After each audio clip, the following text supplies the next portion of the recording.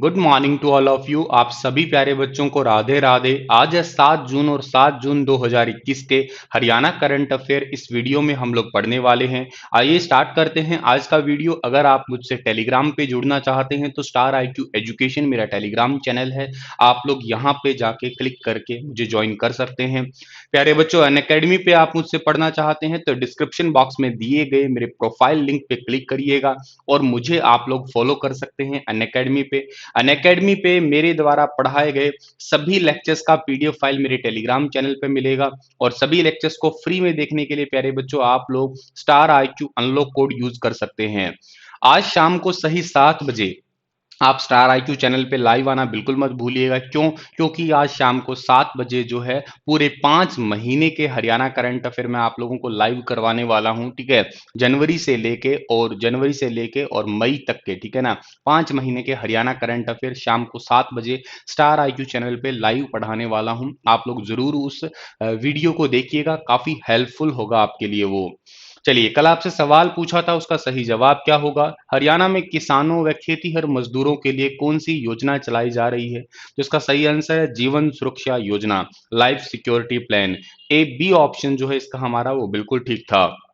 आज का पहला क्वेश्चन क्या होगा? उप मुख्यमंत्री श्री दुष्यंत चौटाला ने घोषणा की है कि कब तक हरियाणा के ग्रामीण क्षेत्र से संबंधित और अधिक सेवाएं ऑनलाइन कर देंगे। मतलब यूं समझिए कि हरियाणा के गांव के अंदर जो है सारी की सारी सेवाएं ऑनलाइन हो जाएगी। और अभी तक मैं बता देता हूं आपको, वर्तमान के अंदर 27 विभाग ऐसे हैं, 27 विभाग या 27 डिपार्टमेंट की 370 ऐसी सेवाएं हैं जो ऑनलाइन है ऑलरेडी। लेकिन आने वाले 15 अगस्त 2021 तक जो है हर एक गांव की जितनी भी सेवा है वो सारी की सारी ऑनलाइन हो जाएगी, ताकि गांव का सशक्तिकरण हो सके। और गांव की ऑनलाइन सेवा होने से जितनी भी सुविधाएं ग्रामीण क्षेत्र में मिलनी चाहिए वो तुरंत मिलेगी। और इसके लिए जो है हर एक गांव में ऑप्टिकल फाइबर केबल बिछाने का भी कार्य जो है वो चल रहा है। इसकी घोषणा हरियाणा के डिप्टी CM दुष्यंत चौटाला ने दी है, तो इस पॉइंट को भी आप लोग याद रख लीजिएगा। पंचायत डेवलपमेंट डिपार्टमेंट इन्हीं के तो पास में है। ठीक है, और एक बात और याद रखिएगा कि नई दिल्ली से केंद्रीय पंचायत मंत्री जो है जिनका नाम है नरेंद्र सिंह तोमर, इन्होंने online citizen charter for panchayat की ई बुक का विमोचन किया था रिसेंटली भी। इस सिटीजन चार्टर फॉर पंचायत का ये जो ई बुक है ना, इसी में यही है कि गाँव को कैसे तरीके से जो है वो गाँव का कैसे सशक्तिकरण किया जाए, गाँव को कैसे डेवलप किया जाए, कैसे कैसे प्रयास किए जा सकते हैं एक राज्य सरकार के द्वारा। इसी के बारे में जो है ये किताब है। आगे बढ़े थोड़ा सा हम लोग। अगला क्वेश्चन है कि मेरा पानी मेरी विरासत योजना, आप लोगों ने ये योजना मुझसे ही बहुत बार सुन ली है और आप लोगों ने कई बार इसको न्यूज़पेपर एंड ऑल में पढ़ लिया है, पिछले साल से सुनते आए हैं। इंपॉर्टेंट है तो समझ लीजिएगा, पेपर में जरूर आएगी ये। मेरा पानी मेरी विरासत योजना, सीधी सी बात है, फिर रिपीट कर रहा हूं कि पानी बचाने की एक योजना है। जींद जिले के उचाना गांव की एक लड़की, या उचाना की लड़की कहिएगा, गांव नहीं कह रहा मैं, ठीक है ना, उचाना क्षेत्र की लड़की जिसका नाम है मनिका शोकंद, जिनको जो है इस योजना का ब्रांड एम्बेसडर बना रखा है। जो धान के अलावा कोई दूसरी फसल लगाता है उसको 7,000 रुपए प्रति एकड़ 2 किस्तों में दिए जाते हैं। पहली 2,000 की किस्त, दूसरी 5,000 की किस्त। शुरू में इसे 8 ब्लॉकों से शुरू किया गया था, लेकिन रिसेंटली घोषणा की इसे पूरे हरियाणा में लागू किया जाएगा। और मेरा पानी मेरी विरासत योजना को कनेक्ट कर दिया गया है मेरी फसल मेरा ब्यौरा पोर्टल से, ताकि किसानों के खाते में जल्दी से जल्दी पैसे आ सके। और इसके लिए इस साल से अगर किसी ने जमीन खाली भी रख दी, कोई फसल ना भी उगाई, तो भी उसको 7,000 रुपए पर एकड़ जो है दिए जाएंगे। अभी रिसेंटली पिछली साल इसका जो है ना धान के अलावा दूसरी फसल लगाने का लक्ष्य रखा था हम लोगों ने 1 लाख एकड़ का, लेकिन इस बार हरियाणा के कृषि मंत्री ने जो है ना इसका लक्ष्य रखा है 2 लाख एकड़ का, यानी कि बी ए ऑप्शन जो है इस पर्टिकुलर क्वेश्चन का आंसर ठीक रहेगा। कृषि मंत्री हरियाणा के जो है वो JP दलाल है और भारत के नरेंद्र सिंह तोमर है। और ये हरियाणा के कृषि मंत्री के अलावा इनके पास में मत्स्य पालन डिपार्टमेंट भी है, इन्हीं के पास में कानून मंत्रालय भी है, और ये लोहारू क्षेत्र से जो है वो जीते हुए हैं।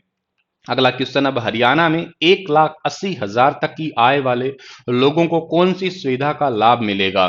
1,80,000 तक ये हरियाणा में गरीबी रेखा कह सकते हो आप लोग, इस लाइन को आप गरीबी रेखा से पुकार सकते हो। और 1,80,000 तक आय अगर कोई करता है तो उनको बीपीएल परिवार में अब शामिल कर दिया जाएगा। ऐसा मत समझिएगा कि वो अनुसूचित जाति है तो ही बीपीएल है, लेकिन अब जिनकी आय सालाना 1,80,000 से कम है उनको बीपीएल परिवार के अंदर शामिल किया जाएगा। ये घोषणा की है हरियाणा के सहकारिता मंत्री के द्वारा। और इनका नाम आप सभी को पता है, बनवारी लाल है ही। 1,80,000 तक की आय वाले लोग जो है इनको बीपीएल की सुविधा का लाभ मिलेगा। एक और इंपॉर्टेंट क्वेश्चन है, वो भी आपको मैं बताता हूं कि हरियाणा में हाल ही में अंतर जातीय विवाह करने वाले जोड़ों को 25 लाख रुपए का प्रोत्साहन अनुदान दिया गया है। इस योजना में एक जोड़े को कितनी राशि दी जाती है? देखिएगा ये क्वेश्चन काफी इंपॉर्टेंट है और ऐसा मैंने कई बार पेपरों में एचएसएससी ने पूछा भी है कि अंतर जातीय विवाह करने पे हरियाणा में कितने रुपए दिए जाते हैं।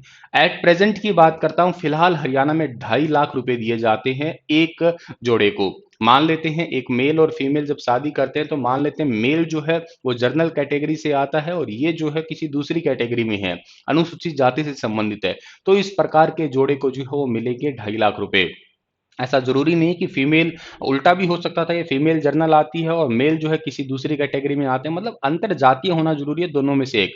ये 2.5 लाख रुपए जो है इनको दिए जाएंगे, हालांकि सीधे रूप से 2.5 लाख नहीं दिए जाएंगे, ठीक है ना।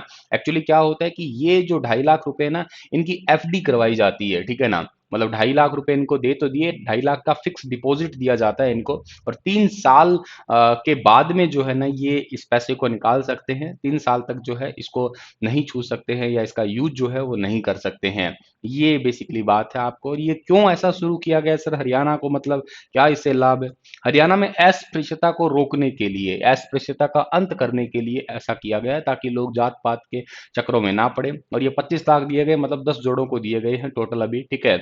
और इसको, ये डिपार्टमेंट भी किसके अंतर्गत आता है? हरियाणा के सहकारिता मंत्री और या अनुसूचित जाति के मामलों के मंत्री बनवारी लाल के ही अंतर्गत आता है ये डिपार्टमेंट भी। इस पॉइंट को भी आप लोग याद रख लीजिएगा, ठीक है। आगे बढ़ते हैं हम लोग। अगला क्वेश्चन हमारा क्या रहने वाला है? हरियाणा के रिटायर्ड कर्मचारी और कोरोना वॉरियर्स को राज्य सरकार ने क्या जारी करने का फैसला किया है? तो हरियाणा के रिटायर्ड कर्मचारी और कोरोना वॉरियर्स के लिए एलटीसी जारी करने का जो है वो निर्णय लिया है, यानी कि लीव ट्रेवल कंजक्शन जो है ये जारी करने का जो है निर्णय लिया है। यानी कि इस क्वेश्चन का सी ऑप्शन जो है वो बिल्कुल ठीक रहेगा। 1 महीने की सैलरी देने का फैसला किया है। अगर कोई लीव ट्रेवल कंजेशन या ट्रेवल के दौरान जो है लीव लेता है तो उनको 1 साल, यानी कि राज्य सरकार का अगर ये आदेश लागू होता है तो सबसे पहले 70 साल से ज्यादा उम्र के रिटायर्ड कर्मचारी है इनको एलटीसी का लाभ मिलेगा। और इसके बाद इसी साल रिटायर्ड हो रहे कर्मचारी, पिछले साल रिटायर्ड हुए कर्मचारी, कोरोना वॉरियर्स के तौर पे काम कर रहे स्वास्थ्य या स्वास्थ्य चिकित्सक या पुलिस महकमे में मुलाजिम, इन सभी को एलटीसी दिया जाएगा। तो ये काफी इंपॉर्टेंट होने जा रहा है हरियाणा के अंदर एलटीसी, ठीक है ना। एलटीसी का फुल फॉर्म याद रखना, लीव ट्रेवल कंजेशन, ठीक है। अगला क्वेश्चन हमारा क्या होने वाला है जी? असम विधानसभा में पहुंचने वाले हरियाणा के व्यक्ति का नाम क्या है? असम विधानसभा में पहुंचने वाले हरियाणा के व्यक्ति का नाम है अशोक सिंघल। ये ऑप्शन जो है इसका ठीक रहेगा, जो आपको फोटो में दिखाई दे रहे हैं। हरियाणा के भिवानी जिले का गांव है नक्कीपुर, इसके रहने वाले हैं अशोक सिंघल और ये असम में दूसरी बार अभी जो है विधायक बने हैं। और इन्होंने जो है ना असम के अंदर एक सीट है जिसका नाम है देकी अजुली विधानसभा, यहाँ से जीते हैं। कांग्रेस प्रत्याशी को जो है 37,854 वोटों से हरा के दोबारा जीत जो है वो हासिल की है। याद रखिएगा भिवानी जिले के लोहारू विधानसभा के गांव नक्कीपुर के रहने वाले हैं ये। असम का जिक्र आपने किया है तो असम को आप मैप में देख सकते हैं। इस नदी का नाम आप जानते हैं, भारत की सबसे चौड़ी नदियों में से एक, जिसका नाम है ब्रह्मपुत्र नदी। इसका यहाँ से जब इसका उद्गम स्थल होता है तिब्बत के मानसरोवर से, तब आप इसको तसांगपो कहते हैं। अरुणाचल प्रदेश में आते ही इसको दिहांग कहते हैं। असम में आते इसको ब्रह्मपुत्र कहते हैं। एकमात्र पुलिंग नदी भी कहलाती है। गुवाहाटी शहर भी आपसे पूछा जाए किस नदी के किनारे है तो भी आप ब्रह्मपुत्र ही कहने वाले हो। यहाँ की असम की कैपिटल दिसपुर है। हेमंत बिस्वा शर्मा यहाँ सरना, ठीक है ना, यहाँ के जो है ना अभी रिसेंटली चीफ मिनिस्टर बने हैं। हिमांता बिस्वा आप जरूर याद रखिएगा, ठीक है। हिमांता बिस्वा, या मैंने इसे याद कर रखा है एचबी, हीमोग्लोबिन से याद कर रखा है। असम में हीमोग्लोबिन है, असम में हीमोग्लोबिन, ऐसे मैंने याद कर रखा है, आप जैसे मर्जी याद करें। और पॉपुलेशन 3.09 करोड़ है। दुनिया का सबसे बड़ा नदीय द्वीप जिसका नाम है माजुली, ये माजुली नदीय द्वीप भी ब्रह्मपुत्र नदी पे ही बना हुआ है। कंचनजंगा नेशनल पार्क भी यहीं पे ही है आपका, एक सींग वाले गैंडे के लिए बहुत ज्यादा फेमस है, वन हॉर्न राइनो के लिए, ठीक है। और आप लोग अगर बात करते हैं, असम में एक डिब्रूगढ़ शहर है, वो भी इस ब्रह्मपुत्र नदी के किनारे ही पड़ता है। असम में भारत में सबसे ज्यादा चाय भी होती है, ठीक है। असम की चाय सबसे ज्यादा फेमस फेमस तो खैर ज्यादा कहूंगा मैं दार्जिलिंग की है, लेकिन प्रोडक्शन के मामले में असम है। वैसे चाइना में दुनिया भर में होती है। केंद्रीय शिक्षा मंत्रालय की तरफ से जारी परफॉर्मेंस ग्रेडिंग इंडेक्स 2019-2020 में स्कूली शिक्षा के क्षेत्र में चंडीगढ़ को उच्चतम कौन सी श्रेणी मिली है? काफी इंपॉर्टेंट क्वेश्चन है और इसका सही आंसर ए प्लस प्लस रहेगा आपका। चंडीगढ़ को ए प्लस प्लस की रैंकिंग मिली है। अभी रिसेंटली जो है परफॉर्मेंस ग्रेडिंग इंडेक्स जो है स्टेट और यूटी के लिए जारी किया है शिक्षा मंत्रालय के द्वारा। शिक्षा मंत्री का नाम रमेश पोखरियाल निशंक है, जो आपको फोटो में दिखाई दे रहे हैं। इसे लास्ट टाइम जारी किया गया था 2017-18 के अंदर पहली बार, और अभी से 2019-20 का जो है रैंकिंग जारी किया गया है। और ये डिपार्टमेंट मिनिस्ट्री ऑफ एजुकेशन के द्वारा जो है इसे जारी किया जाता है, जिसमें परफॉर्मेंस ग्रेडिंग इंडेक्स में जो है स्कूली शिक्षा के क्षेत्र में पंजाब, चंडीगढ़, तमिलनाडु, अंडमान निकोबार और केरल को जो है ए प्लस प्लस रेटिंग मिली है। दिल्ली और इसके अलावा अगर आप मुझसे एक सवाल और करें कि परफॉर्मेंस ग्रेडिंग इंडेक्स 2019-20 में स्कूली शिक्षा के क्षेत्र में हरियाणा को कौन सी रैंकिंग मिली है, तो इसका जवाब रहेगा मेरा ए प्लस रेटिंग मिली है हरियाणा को, ठीक है ना। हरियाणा को ए प्लस रेटिंग मिली है कौन से स्कोर के साथ में? हरियाणा को मिला है 851 से 900 वाला स्कोर मिला है। दादर नगर हवेली, गुजरात, हरियाणा, महाराष्ट्र, दिल्ली, पुडुचेरी, राजस्थान, इनको ए प्लस मिली है। और ए प्लस प्लस में अंडमान निकोबार है, चंडीगढ़ है, केरल, पंजाब और तमिलनाडु है, इनको 901 से 950 की ग्रेडिंग रेटिंग मिली है। इसके बारे में मैं डिटेल से आपको डिस्कशन करने वाला हूँ, एक सेपरेट वीडियो बनाऊंगा। वन डे कॉम्पिटिटिव एग्जाम के लिए फिलहाल पढ़ा रहा हूँ, अगर आप सिविल सर्विस की तैयारी कर रहे हो तो आप लोगों को एक सेपरेट वीडियो मिलेगा। इस पूरी रिपीट जो ये आपकी पूरी डिटेल डिस्कशन इनका है या रिपोर्ट पूरी है, इसका अच्छे से आपको विश्लेषण करके समझाऊंगा। राज्य या संघ राज्यों का पीजीआई स्कोर अगर देखा जाए, आपका परफॉर्मेंस ग्रेडिंग इंडेक्स देखा जाए, तो हरियाणा जो है ना, हरियाणा को ये कलर है, ये कलर आपका आई थिंक पर्पल सा है, 851 से 900 वाला आपको दिख रहा होगा, ठीक है ना। ये वाला कलर जरूर याद रख ले सकते हो आप लोग। सबसे टॉप में तो ये कलर है ही, पंजाब चंडीगढ़ वाला ही। चलिए जी, हरियाणा राज्य किन वाहनों पर नीति बनाएगा? तो हरियाणा राज्य भाई इलेक्ट्रिक वाहनों पे नीति बनाएगा, ए ऑप्शन इसका ठीक रहेगा हमारा। आप सभी को पता होगा, मैंने पढ़ाया भी था कि 4 जनवरी 2021 को जो है ना हरियाणा में पंचकुला में इलेक्ट्रिक चार्जिंग व्हीकल स्टेशन जो है लॉन्च किया गया था। और इसे पूरे हरियाणा में हर 3 किलोमीटर पे जो है 500 इलेक्ट्रिक चार्जिंग व्हीकल स्टेशन बनाए जाएंगे।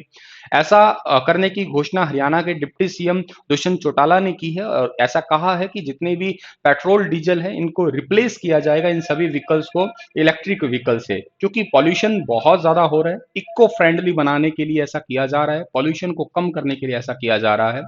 और ये सारा काम जो है ये फेज मैनर में किया जाएगा, मतलब एक एक दो दो तीन तीन ऐसे फेज में जो है किया जाएगा।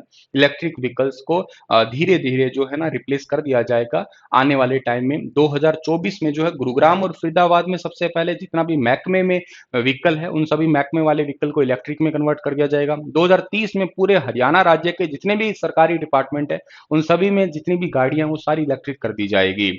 इतनी घोषणाएं आपको पता होनी चाहिए। इसी के साथ इस लेक्चर को समाप्त करता हूं। आपके लिए क्वेश्चन रहेगा, पशुओं से मनुष्यों में होने वाले कोरोना के इलाज के लिए एंटीवायरल ड्रग तैयार करने के लिए हिसार का एनआरसीई समेत 4 संस्थानों को आईसीएआर ने कितने करोड़ का प्रोजेक्ट दिया है?